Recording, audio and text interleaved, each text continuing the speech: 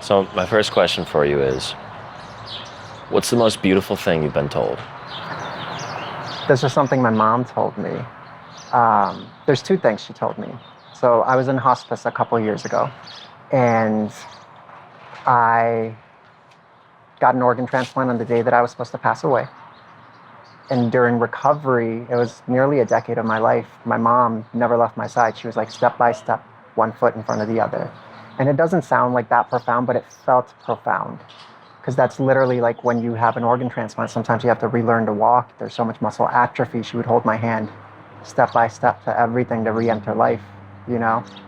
And on a lighter note, another thing that my mom taught me that will stay with me forever is when I was younger, I was learning to drive. These freeways out in California, I was like, Mom, I can't do this. And she was like, look at you, you're healthy, you're able-bodied, you can do what anybody else can do. So don't be afraid to drive on the freeway, you got this. But I kind of just took that and applied it to everything in life. If somebody else can do it, why can't I? It's beautiful. You had mentioned that you were on hospice. Yeah. And you were given a liver the day that you were supposed to pass away. Yeah. Can you tell me about that? Yeah, if it was even just like an hour later, I wouldn't be here today. In 2019, I just started not feeling well. Just went for a regular checkup, and they were like, you have end-stage organ failure, liver failure. And at first they thought it was a mistake because my last physical, like being Indian, half my family are doctors and surgeons. So our physicals are like every 6 months ever since you turn 21. The aunties and uncles are like, you go get your physical? You good? Okay. So like my last one was fine, and they were like, there must be a mistake, let's do it again. And they're like, nope, this is bad, you will not live till the end of the year. You got to go to the hospital. And then they couldn't figure out what was happening. They tested for all these things 7, 8, 9 times. And then my aunt was able to get, she's in the medical field, she was able to get like some of the best hepatologists in the world to look at it, and they realized it's PSC, an ultra rare autoimmune disorder that happens in 1 in every 100 million people. Your immune system is so strong, it runs out of things to fight, it starts attacking your organs. Fortunately for me, it was the liver, which sounds crazy to say, but the liver regenerates. So since I was a baby, my liver was being damaged and regenerating. But as long as like 3 to 5% of your liver works, there's no symptoms. So I never felt sick. So in 2019, when I got sick, I just started deteriorating. And they couldn't figure out what was happening until November of that year. And at that time, they were like, optimistically, you have 2 to 4 weeks left to live. I was given my last rites. I was sent home on Christmas to spend my last Christmas at home. And I learned so much about perspective at that time. My grandma, when she passed away, she was unwell, and everybody focuses on that. I kind of wanted to be like, if my life ends here, I got 30 years on this planet. That's more than Pac. You know, I started thinking about like the 27 Club. I used to be a musician. And I was like, I want my last few memories with my family to be fun. So even in the hospital, like friends started coming over. They started calling my hospital room the party room, the nurses. The nurses would bring me treats and Starbucks and things like that. We hooked up Netflix, video games. Friends would bring takeout. My nutritionist would sneak me like a cola once in a while. I was like, I haven't had a soda in a year. And she was like, I got you, don't tell anybody. So like, I was like, I want to make happy memories, even if it's the last few. And I hope they remember the good times rather than just like how unfair it was. Because life's not fair, really, you know? And even now, past recovery, I sometimes see my scar. It's a pretty big scar. And I get caught up in like, what happened? How did that happen? It was so sudden. It feels unreal. But then it's like, I lost a decade to that. I don't want to lose any more time. And I'm so lucky I get more life. Like when I turned 30, I was like, man, I'm old. Look at all my heroes. They've done so much by 30, you know?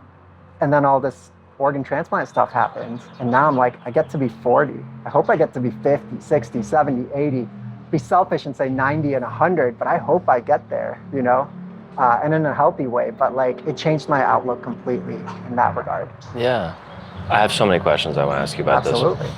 But it's almost as if what you're saying to me, being told that you don't have much life left to live, gave you so much more life to live. Yeah. Because now you have the new perspective to enjoy these moments in life. 100%. So what I started feeling like is, let's say you're going to a place you've always wanted to visit and you have a week there, right? Like a vacation. you prioritize what you want to do. You don't waste like a single night. So I started applying that logic to life, and I realized like our time is the most valuable currency that we share with others.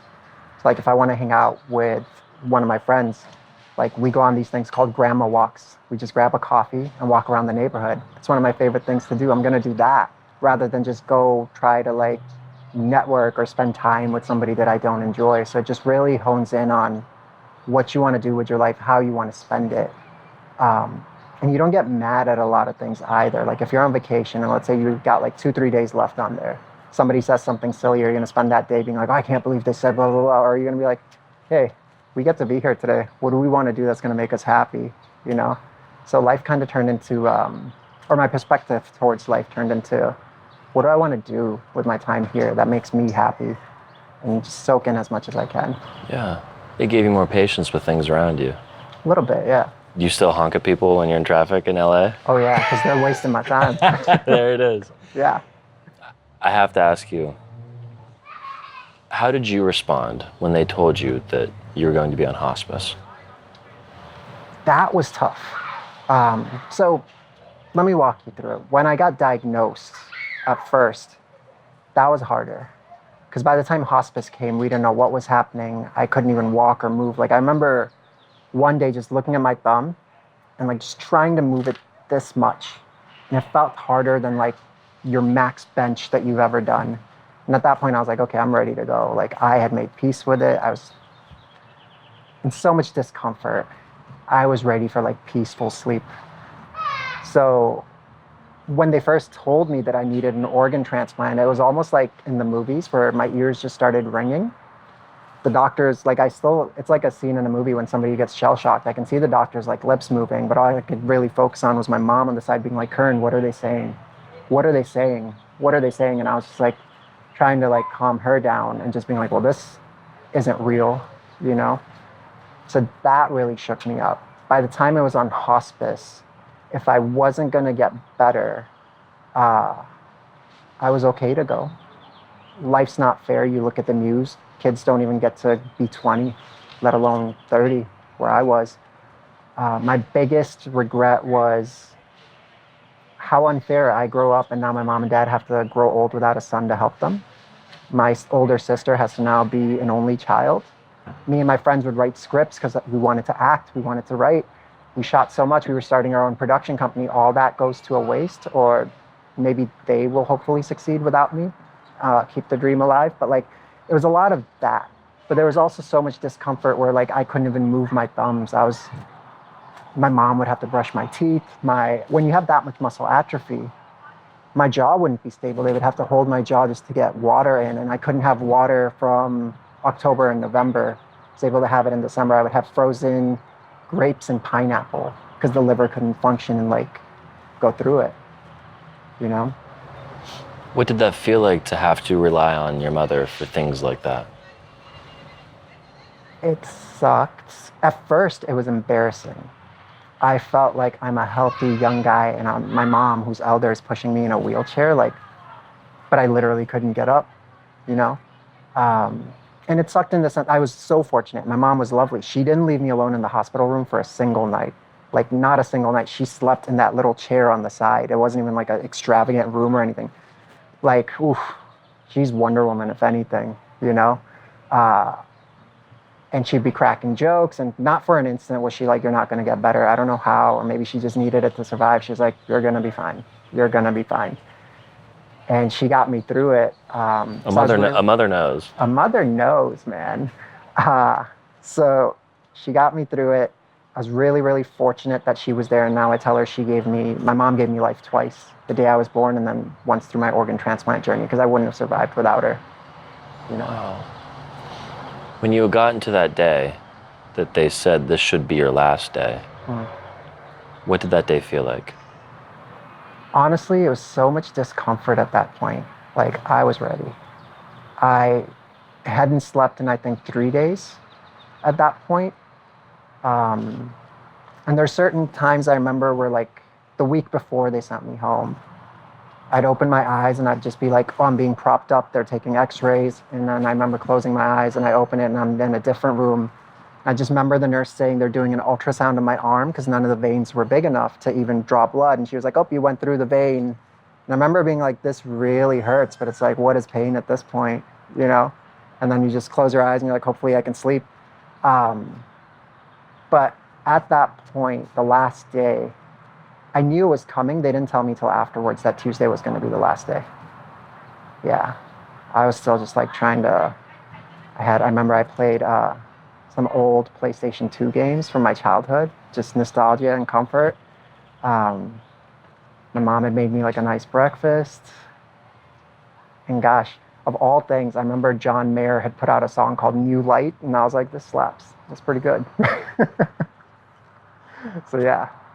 And then when they called me in, it was just, even in pre-surgery, is that what they call it? I think so, right? Mm-hmm. Yeah, pre-op. Pre-op, yeah. I'd gotten so weak that my arms looked like I had tattooed sleeves. I think they tried 32 points to put the IV in and they couldn't. And I have a little mark on my right side. The doctor was only able to do the surgery through the jugular. So even at that point, I was like, I don't know if I'm gonna wake up, but I'm good. You know, I'm okay to go now. And you never, like in movies, they don't show the actual operating table. They like strap your arms, you're like on a crucifix. And then they put like a plastic bag on your face, and my brain was still there. I was like, oh, I wonder if this is so the blood doesn't spill on my face. When people talk about how sore they are after surgery, obviously you're sore because of you having gone through surgery. But also you should see what it looks like during surgery, where they're moving things that probably shouldn't be moved that way so they can get certain angles. And they're not taking it easy on you because they want you to have the best outcome. But that often means a little bit of tough love and elbow grease. Yeah. So Yeah. I can imagine.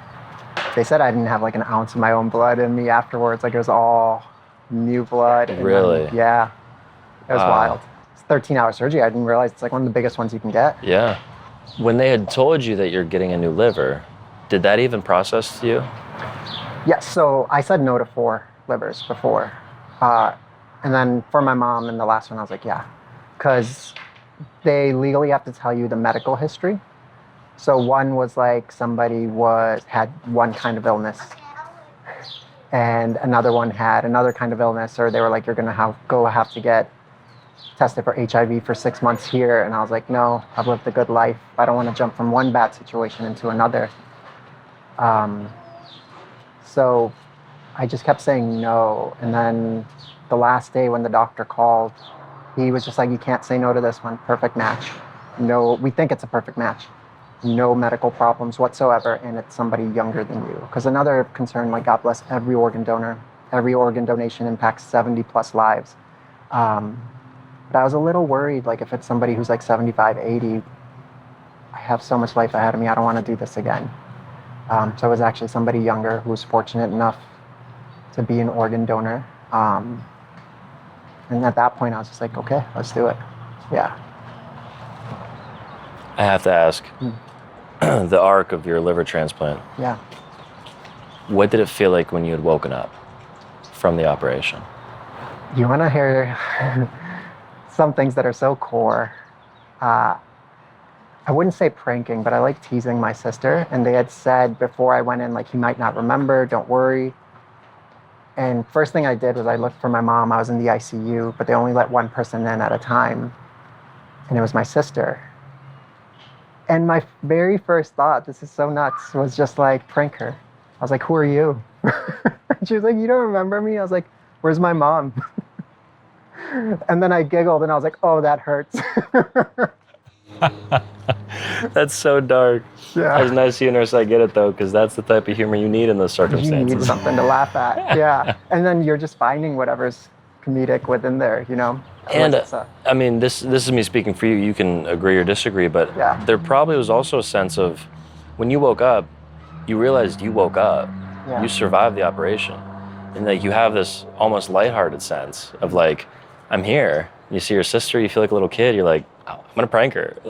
Feel good. So I did prank her. Mine was slightly different. One, it was New Year's Day. And I don't remember this, but my mom said every nurse that changed, I just kept saying, Happy New Year's, bud. So I somehow registered that was happening.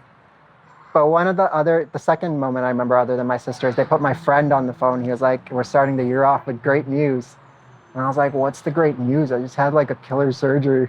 And he's like, yeah, that you had the surgery and you're going to be okay. And I was like, I don't want to have the surgery. It hurts. You know, I think after like a week or so is when you start going like, okay.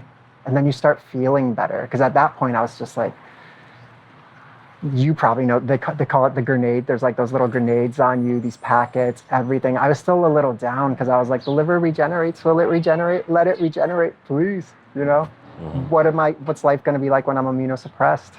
I was just scared at that time still. But life returns to normal. You know, it just takes a little bit of time. My last question, if you had any advice for anyone struggling with organ transplant, where they don't see light at the end of the tunnel. Maybe they can't, maybe it's hard to. What would you say to them?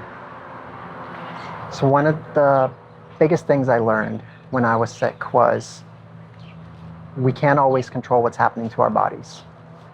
Can't really control anything except our perspective. If you're able to get that transplant, there is a life afterwards and it's a good life. And unfortunately for the people who don't know, the life that you have now would try to do whatever makes you happy, even within that hospital room, you know? It was scary being there, but having my friends come by, and I was so fortunate to have the community that I did. My mom, my sister, I had people fly out to see me. They started calling it the party room, like squeeze every ounce of life that you can out of what you've been given. That's what I would say. What's your name? My name is Karan. Hunter. Absolute pleasure to meet you. Thank you. Yeah, Appreciate you. You too.